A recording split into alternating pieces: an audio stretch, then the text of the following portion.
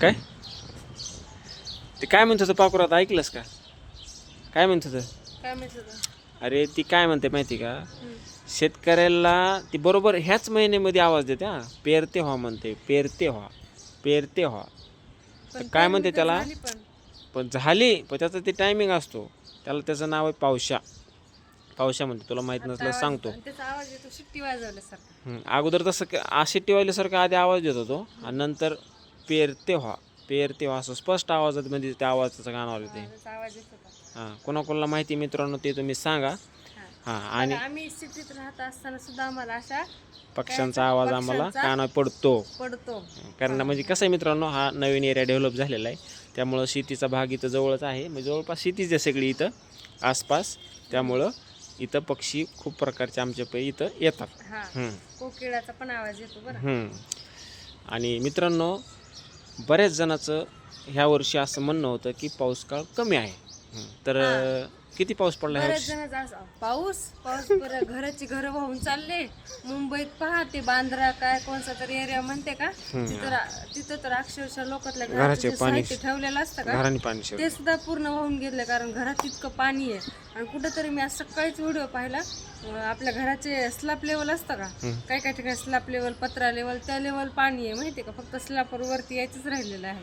आणि बऱ्याच हवामानाचा अंदाजाने काय काढलं होतं ह्या वर्षी जांभळी जास्त, काय जांभळं जांभळाचा सडा पडला की पाऊस कमी पडत नाही, कमी पडतं. मग हे काय इथं पहिल्याच पावसात सगळं वाहून गेलं. वाहून गेलं.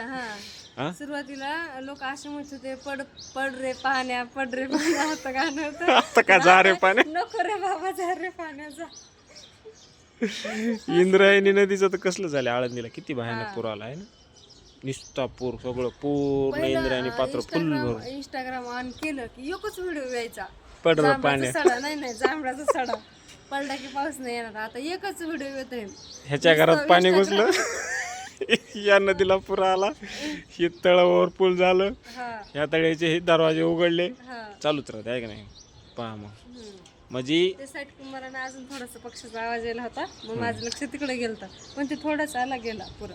पण ती पहिल्यापासून एक म्हण आलेली माहिती का, काय म्हण आहे ती, की 4 महिन्याचा हा उन्हाळा असतो आणि 1 घंट्याचा पावसाळा असतो. बरोबर, कारण 1 घंट्यामध्ये सगळं पाणी करू शकतो, निसर्ग आहे हा. पाऊस उशिरा पडला, पाऊस उशिरा नाही पडलेला, कारण या वेळेस धोंड्याचा महिना आलेला आहे एक्स्ट्रा. त्याच्यामुळं आपल्याला असं वाटतं की पाऊस उशिरा पडला, तर पाऊस उशिरा नाही पडलेला, पाऊस बरोबर टायमिंग मध्येच पडलेला आहे. एक्स्ट्रा आला म्हणजे काय, 13 महिन्याचं कॅलेंडर आहे.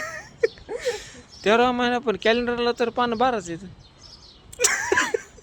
आता तुम्ही शास्त्रज्ञ नका बनू, ते जाऊ द्या. आणि पाऊस बरोबर टायमिंग मध्येच पडलेला आहे माहितीये का. आणि किती जर उशिरा पेरणी झाली ना, 1 महिना एक्स्ट्रा आला म्हणून उशिरा पेरणी झाली ना, तर ते दरवर्षी कसा पाऊस पडतो 1 महिन्याच्या आधी असं काय म्हणते, तर ह्यावेळेस पण त्या उशिरा पडून पण त्याच ह्याच्यामध्ये ते धान्य येऊन जाते, पेरण्या झाली. काय म्हणणे, तसं. पण त्याच टायमिंगला आता सोयाबीन वगैरे निघणार, म्हणजे दसऱ्या दिवाळीच्या आसपास सोयाबीन निघतात. आता पेरणी म्हणजे मी सांगितलं समजून मग थोडंफार.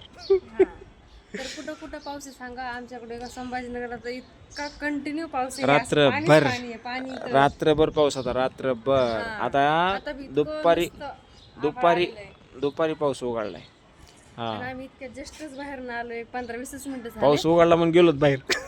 2 दिवस आणि आमचं थोडंसं काम होतं, मंडीत पण जायचं होतं, तिथं सुद्धा पाऊस यायला होता. आम्ही इतक्या घाई गडबडीत वापस आलो, कारण तुम्हाला माहिती आहे, एकदा जर पावसात भिजलं मग काय, हे काय असं आबाळ आलेलं आहे, पाऊस येऊ शकतो, कधी पण येऊ शकतो मित्रांनो. पहा कसला आबाळ आलं आहे का.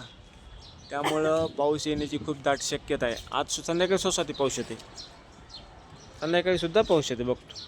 काल जसं रात्रभर होतं का, ठीक आहे शास्त्रज्ञ, तसं आज सुद्धा रात्रभर पाऊस होणारच आहे. बरोबर, तर चला ठीक आहे. कुठं कुठं पाऊस आहे सांगा, सगळीकडेच पाऊस आहे. कोणी कोणी तर असं सांगेन की आमच्याकडे हे वाहून गेलं, ते वाहून गेलं, घर वाहून गेले. आमच्याकडे काही तसं नाहीये बाबा. सध्या तर नाही, पण सगळीकडे व्यवस्थित व्हावं बस, आमची ही इच्छा.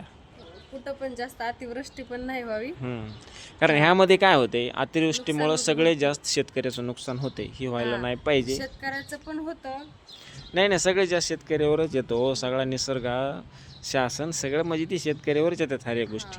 त्यामुळे ही नुकसान व्हायला नाही पाहिजे. मित्रांनो, तुमचं काय मत आहे मला कमेंटमध्ये नक्कीच सांगा, बरोबर आहे की नाही. धन्यवाद व्हिडिओ पाहिल्याबद्दल.